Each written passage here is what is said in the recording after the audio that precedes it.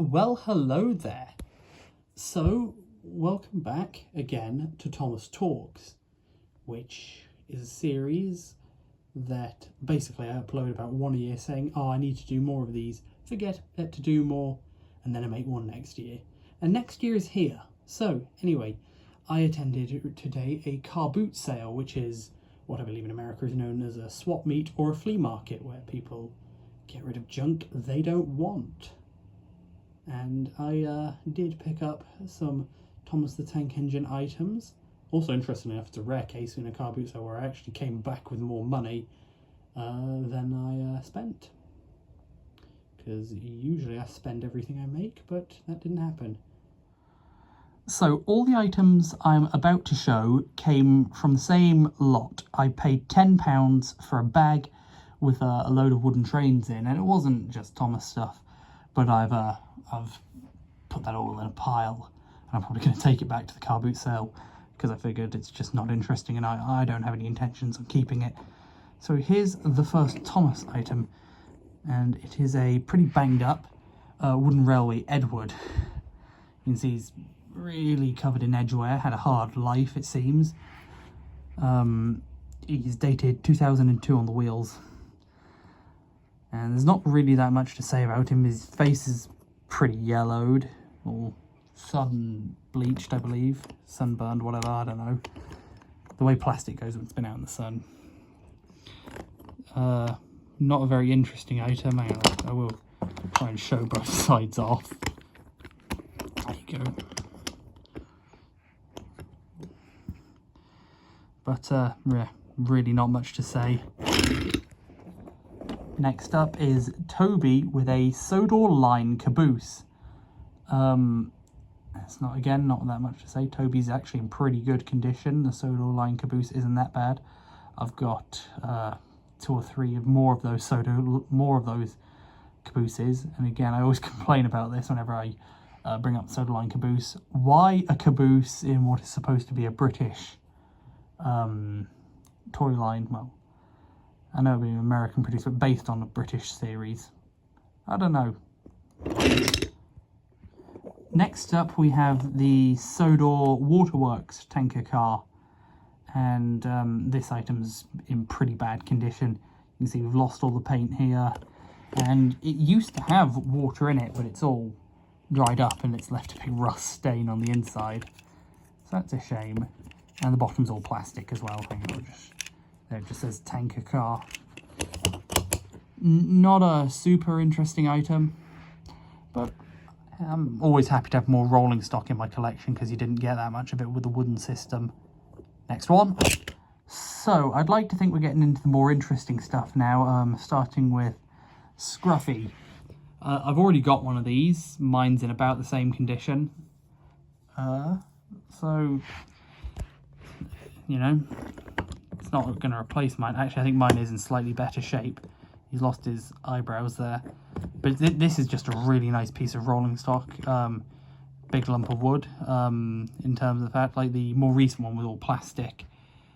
You can see it's got that gravel load on top. And just going back to his face, you can see, again, that's just a really nice scruffy face, even if he is missing his eyebrows. The one I'm looking for as well is I'd like to get one of those Sodor recycling cars because I think that's pretty cool, and his face was kind of like Scruffy's.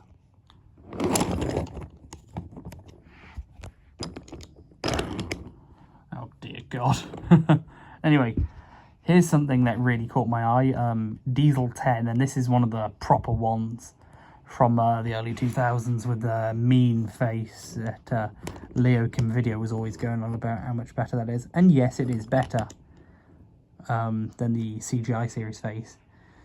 Also, I don't know for sure, but I believe he reuses Class 40 or D26. Sorry, no, it's Class 40 and Spam Cam. They're the 2 big diesels they did in the wooden range. I have a feeling he reuses one of their models, as you'll notice that his... I don't know what they're called actually on the real diesel. Bonnets, I'll call them, are quite a bit longer than they should be. It's not too distracting, I think. You can see the claw does slide back and forth. Now, on a lot of these Diesel 10s, you'll actually see that the claw has been snapped off. But mine, the one I've got here hasn't, and my childhood Diesel 10 also has his claw intact. I'm trying to show off there. Actually, the cab windows beneath the claw are in fact painted, which is quite nice. See there underneath, there's the wooden bogies, which later on the later ones, they swapped to plastic ones. So that's all there is to say about him. On to the next one. Here we have one of the few road vehicles I've got in my Thomas Wooden Railway collection now, Jack, the front end loader. And rather disappointingly, a lot of this model is plastic, but it does counter that with a feature. Press down on his cabin and he raises his bucket. I'm not sure if that was totally necessary. I think I would have preferred to have an all wood model, but it's still kind of cool. It's kind of satisfying just to go and press it up and down. You can see he does have a pretty good face. I think they did actually make a CGI version of this with the square face and whatnot. Kind of curious to know what people's thoughts are, whether they prefer the rounded face Jack or the square faced one from the CGI series. Personally, the rounded face one is my favourite, but it's just my opinion. You can see underneath there, Jack. Okay, on to the next one. Oh, he took a dive. The next one is the box car, and this was actually the first one I saw and the one that made me realise that there was Thomas stuff in the bag. And it's actually a pretty cool little piece of rolling stock. You can see it's actually got, I'm going to go the other way, the sliding door that lets you see the crates and stuff inside. That's a nice little play feature. I think they did a version of this that had like scorpions or something, and it played sounds. This is the older one, and again there's actually a pretty good bit of wood all on this model.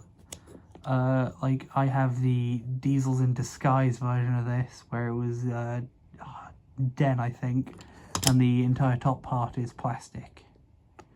But on this, it is mostly wood. The top part, just the roof and door is plastic. So, on to the last wooden one. Finally, we have Ari and Bert, and I'm pretty happy to have them in my collection. I didn't already have them. I don't really think I've got any models of Ari and Bert together. I have an Ertl model of one of them, and I used to have the Hornby model of Bert, but I sold it when I got out of trains the first time years ago. Kicking myself for selling that. I really wish I still had it. Back to these guys though, so you can see Bert has more stubble than Ari, so there's Ari. He's clean shaven. And there's Bert. You see it with his sort of stubble. And they are really nice little models. I think the Ironworks twins have really pleasing liveries. I think they are just nice looking engines. And you know, who doesn't like an 08 shunter?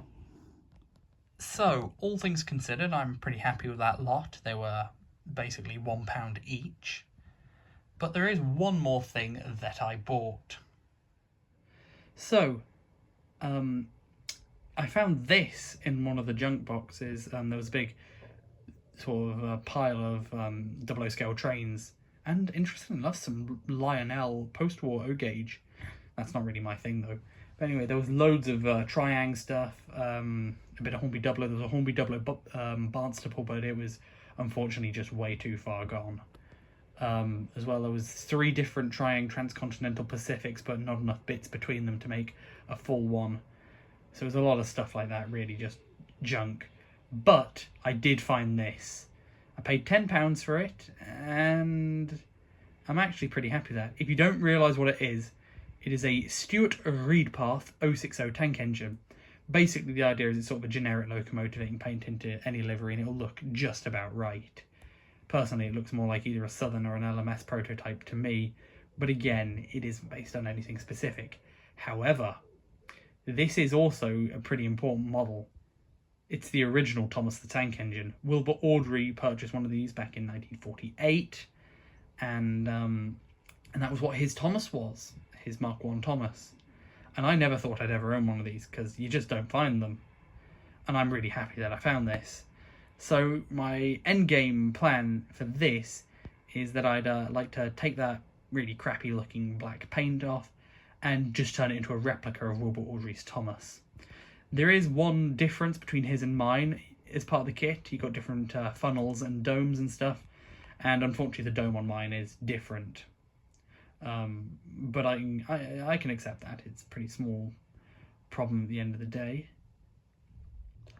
So, I think I had a pretty good day at the car boot sale overall. Thank you very much for watching. If you have an interesting find in second-hand shops, car boot sales, swap meets, whatever, please let me know in the comments. I'd love to hear your story. But thank you for watching. Goodbye for now. Ta-ta.